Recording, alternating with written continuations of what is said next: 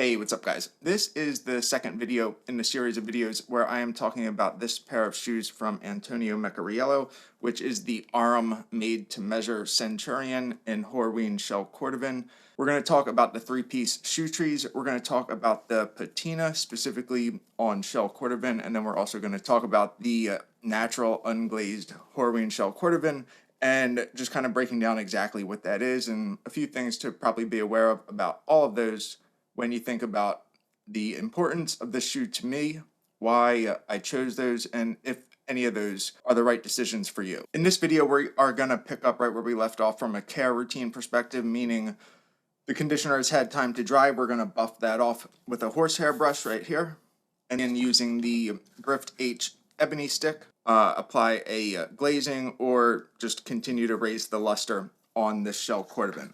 Those are pretty straightforward, and I've covered kind of the care guide or a little more detailed version of those tutorials in different videos, which I'll link above here. But as I go through and am brushing this and using the ebony stick, I'll talk about some of those intricacies that I mentioned before, starting with the three-piece shoe trees.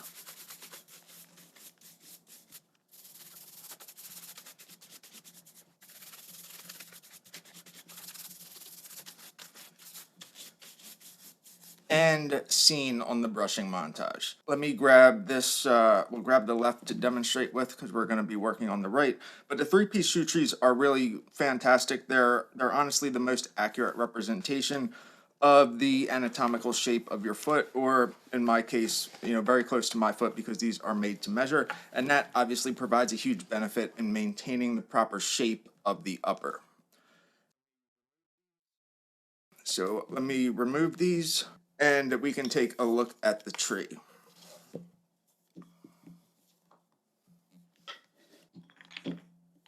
The three-piece shoe trees do come with some nuances or just important things to keep in mind. Basically, this has to be extremely accurate. The other aspect is it has some nice weight to it, which is both a benefit. I think when you're handling it, it's always nice to have something just feel as quality as it's purported to be, and this definitely does. The downside there is obviously for traveling purposes, things like that, it isn't as travel friendly as a hollow shoe tree. To be honest, I think if you are somebody that kind of has like a zero tolerance for nonsense or kind of concern with fiddling around with things, I'd steer clear of these. There's definitely a level of patience when it comes to being comfortable with taking the shoe trees out, putting the shoe trees back in. It's not as easy just as a spring double barrel like shoe tree or a single spring shoe tree. There is some level of kind of getting acclimated with how these work. So if that's something that you can expect to bother you, I would, like I said, steer clear of the three-piece tree, and that's perfectly okay. Not every decision is the right one for all of us. Now I want to move over and discuss the patina, specifically how the patina is applied in this case, or the application of patina on Shell Cordovan. Thought there was going to be more to it when I first started thinking about this video, but I am wrong, which is okay. That happens more often than you would think. The patina is really the same as any other veg tan leather. When you look at the patina, there's going to be some aspects of it that kind of age out as the shoe is pretty new and you're wearing it for the first few times. So some's going to fall out, some's going to stay where it is. The one other aspect I would definitely be mindful of with Shell Cordovan and patina, Shell Cordovan in general, the leather has a much more translucent top layer. And because of that, depending on the lighting that you're in, you may be able to see different layers of the patina, which may be a plus or a minus for you. In my case, I understand that's a characteristic of the shell. I knew that going into it, and I'm perfectly okay with it. I expected it. I think the big thing here is, again, just being familiar with what the product is that you're looking to buy, what your expectations are, and making sure that those line up.